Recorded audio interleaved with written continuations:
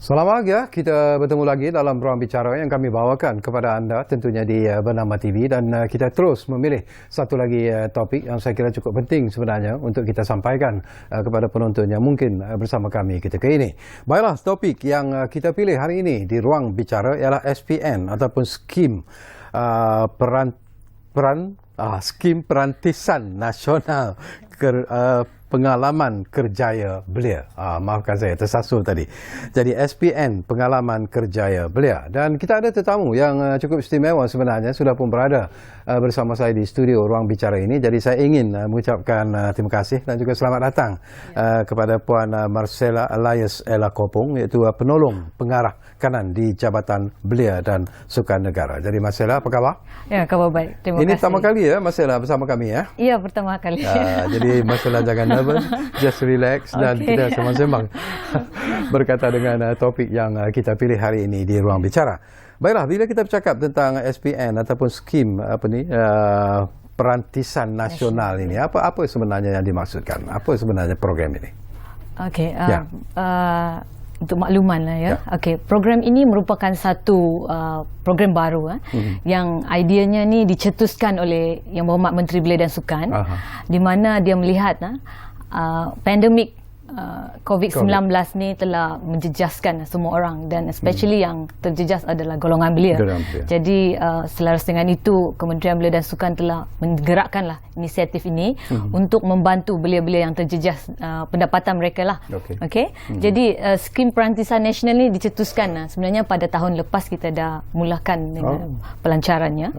Okey, dan pada tahun ini kita gerakkan dengan lebih aktif lagi untuk membantu belia-belia lah. Jadi objektifnya adalah untuk memberi peluang latihan kepada belia-belia yang mempunyai kemahiran yang mereka belajar di IPT dan juga selepas di sekolah, untuk dipraktikan di tempat kerja yang sebenar. Bila Marcella sebut bahawa program ini telah pun mulakan pada tahun lepas lagi ya. Setakat ini dah berapa ramai yang sudah pun berada dalam program ini sebenarnya? Pada ketika ini kita telah menerima pendaftaran seramai 5,900 orang ya. Pendaftarannya, dan kita masih yang telah mendapat penempatan dalam 1,300 yang telah mendapat penempatan. Jadi kita tengah meningkatkan lagi usaha kita untuk membantu golongan belia yang terjejas inilah untuk mendapat pekerjaan. Bila you sebut tentang membantu golongan belia yang terjejas, ini memang sesuatu yang dianggap cukup serius sebenarnya, terutamanya bila pandemik COVID-19 melanda negara kita. Jadi bentuk latihan yang diberikan kepada belia-belia yang menyertai program ini, apa mungkin boleh kita kongsi bersama? Okey, dalam kita punya pengisian program SPN ini sendiri, kita ada pengisian kepada kursus-kursus soft skill dan juga on the job training kepada belia-belia kita lah.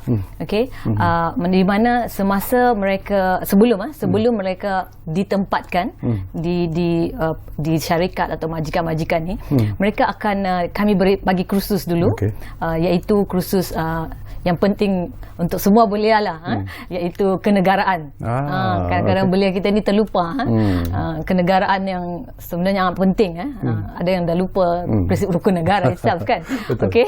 Dan kita bagi dia komunikasi, macam mana nak apply dia punya komunikasi kepada majikan-majikan ataupun klien-klien yang dia akan jumpa, dan juga how to deal, negosiasi itu sendiri.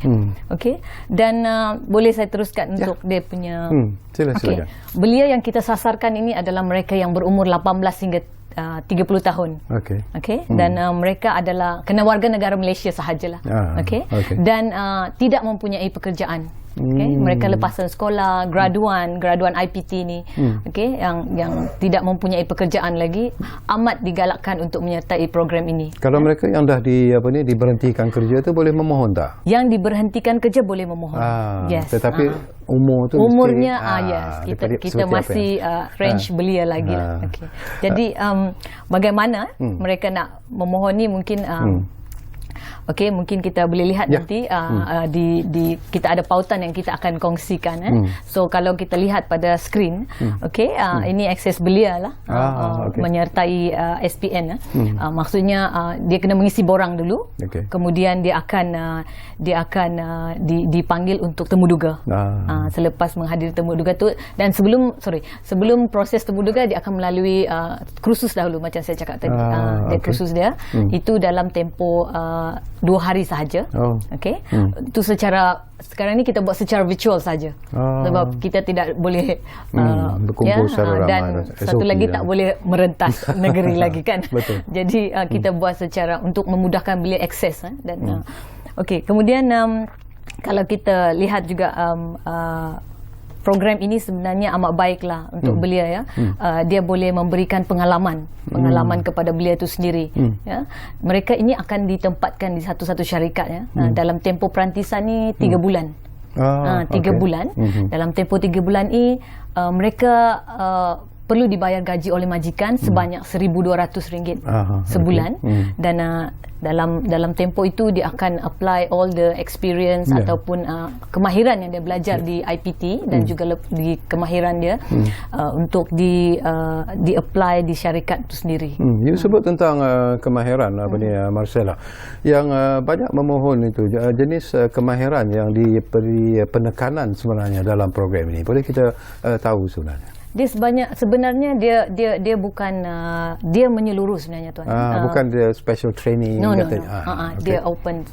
Yang kita fokuskan adalah untuk soft skill sebelum kita hantar ke majikan tu. Soft skill sahaja.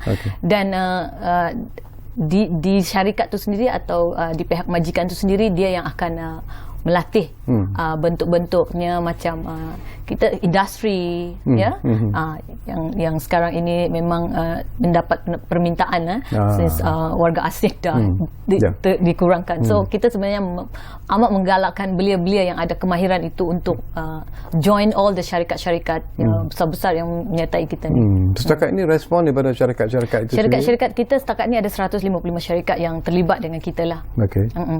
Yang bekerjasama dengan kita yang melalui NGO kita sendiri.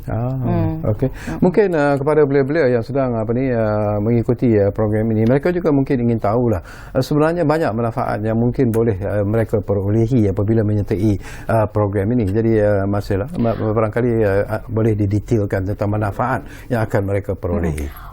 Macam saya, pengalaman tu terlalu mahal untuk kita beli. Betul. Jadi apa yang kita buat adalah penempatan di syarikat ini kita bagi peluang dia berlatih, dia melatih diri dia sendiri. Ini secara tidak langsung dia dapat macam mana kita cakap, dia dapat menyerlahkan potensi diri dia sendiri. Jadi itu antara yang beliau dapat. Dan selain itu, macam saya kata tadi, platform untuk menimba pengalaman di syarikat ya. Dan selain itu juga dia dapat, ini adalah peluang untuk meningkatkan keboleh pasaran belia lah. Di mana kemahiran berbentuk soft skill dan praktikal yang dapat meningkatkan kemampuan intelektual dia, kemahiran pribadi dan spiritual belia itu sendirilah. Tetapi yang menarik juga, when you mention tadi Marcella, mereka akan ditempatkan selama 3 bulan di syarikat-syarikat yang dipilih lah. Selepas 3 bulan tu apa yang akan berlaku? Begini, ini selaras dengan bajet pengumuman bajet 2021 di mana peruntukan program perantisan sebanyak 250 juta ni kita diberikan manfaat kepada majikan. So majikan boleh menggaji macam saya cakap 3 bulan dengan gaji minimum 1,200 dan majikan dapat menuntut RM1,000 untuk allowance tersebut.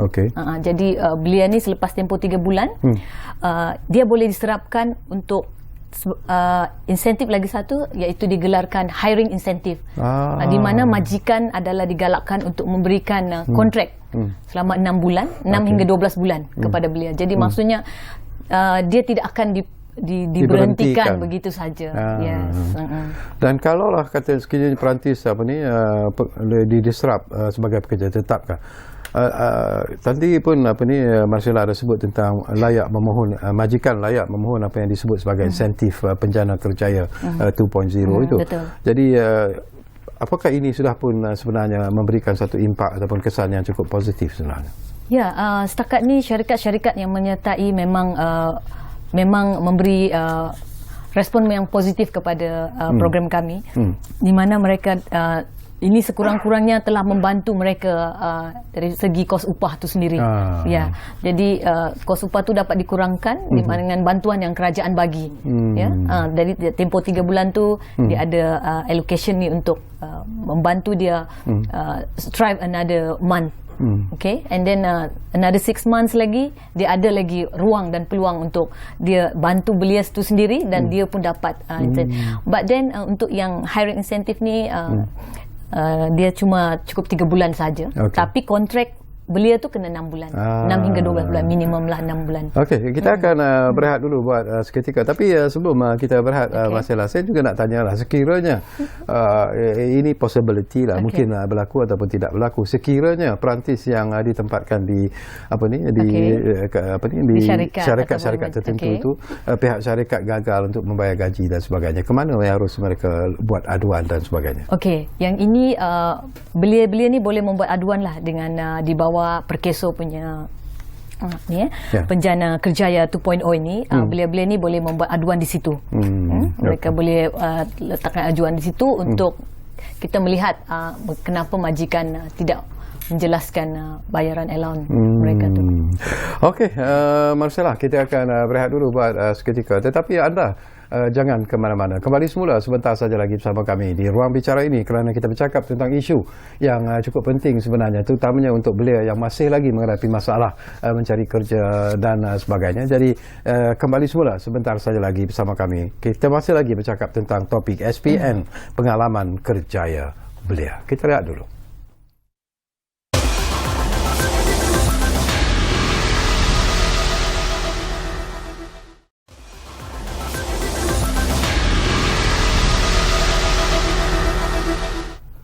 Baiklah, kita kembali semula ke Ruang Bicara ini. Masih lagi kita bercakap tentang SPN, pengalaman kerjaya belia, dan tentunya kita masih lagi bersama tetamu di studio, iaitu Puan Marcella Elias Ella Kopong, iaitu penolong pengarah kanan di Jabatan Belia dan Sukan Negara. Baik, banyak lagi persoalan yang ingin saya kongsikan bersama dengan Marcella sebenarnya. Ramai juga yang ingin mengetahui lah, belia-belia yang mungkin datang daripada luar bandar dan sebagainya. Isu penginapan kepada belia-belia yang mengikuti program ini, apakah ianya disediakan sebenarnya? Okey, setakat ini syarikat-syarikat yang menyertai program kita kebanyakannya mengusahakan untuk menyediakan penginapan kepada perantis-perantis kita, ya, especially yang datang dari Sabah dan Sarawak, and even Semenanjung. Kalau tempat dia diletakkan yang di Lembah Kelang, and then they all from north and south kan.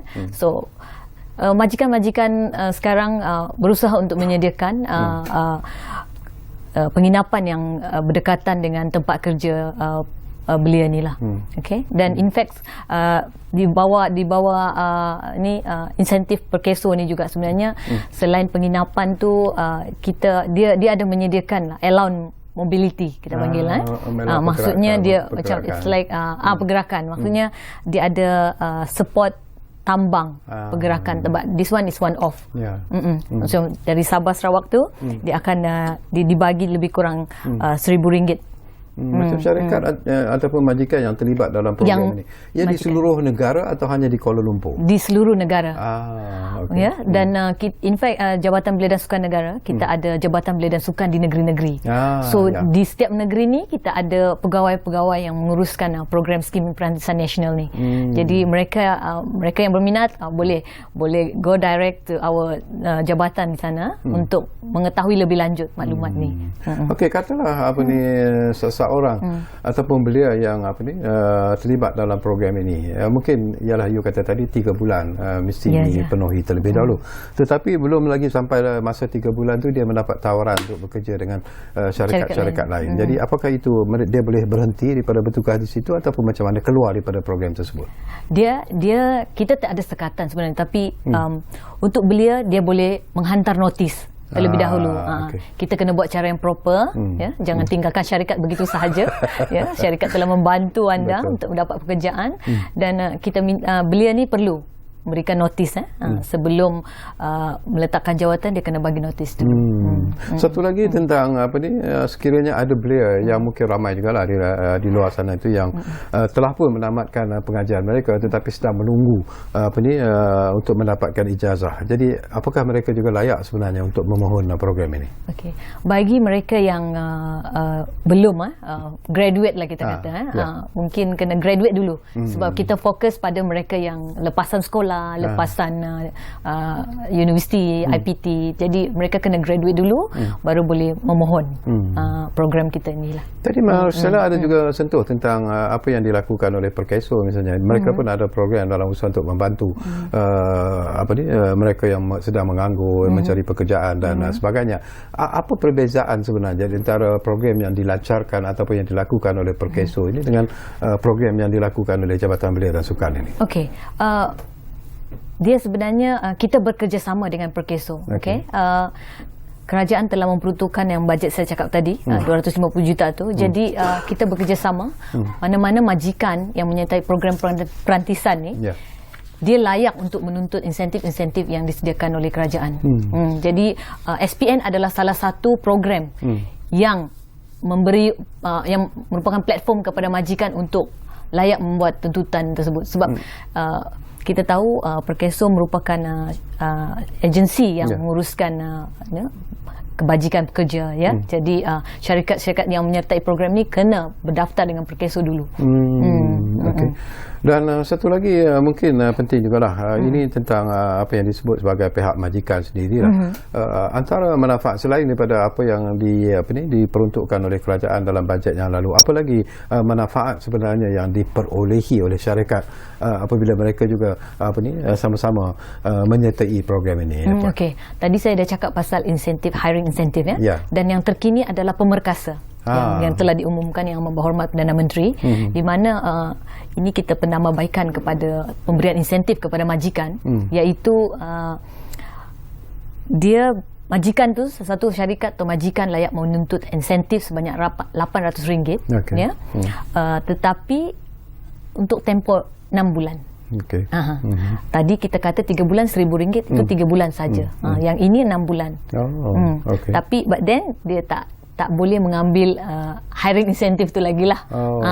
Jadi yang ini antara yang terkini. Dan selain itu kita membantu syarikat lah memudah cara dari segi temuduga. Jadi belia-belia ni yang dah berdaftar dengan kita, kita hubungi dan juga kita bagi maklumat temuduga untuk mereka menghadiri temuduga. Dan in fact kita bekerjasama dengan majikan mana-mana yang memudahkan untuk belia-belia akses untuk hadir ke tempat temuduga.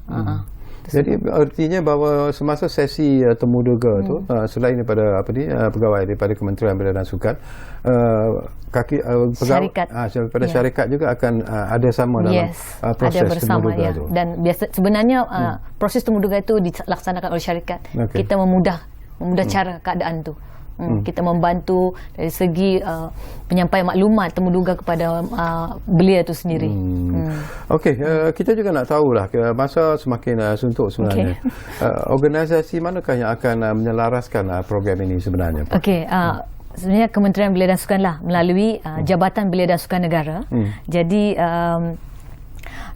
ini yang macam saya cakap tadi awal tadi, idea yang dicetuskan oleh yang Menteri Belia dan Sukan. Jadi agensi yang bertanggungjawab adalah Jabatan Belia dan Sukan Negara, dan kami adalah Sekretariat SPN yang melaksanakan mengurus setiakanlah program ni.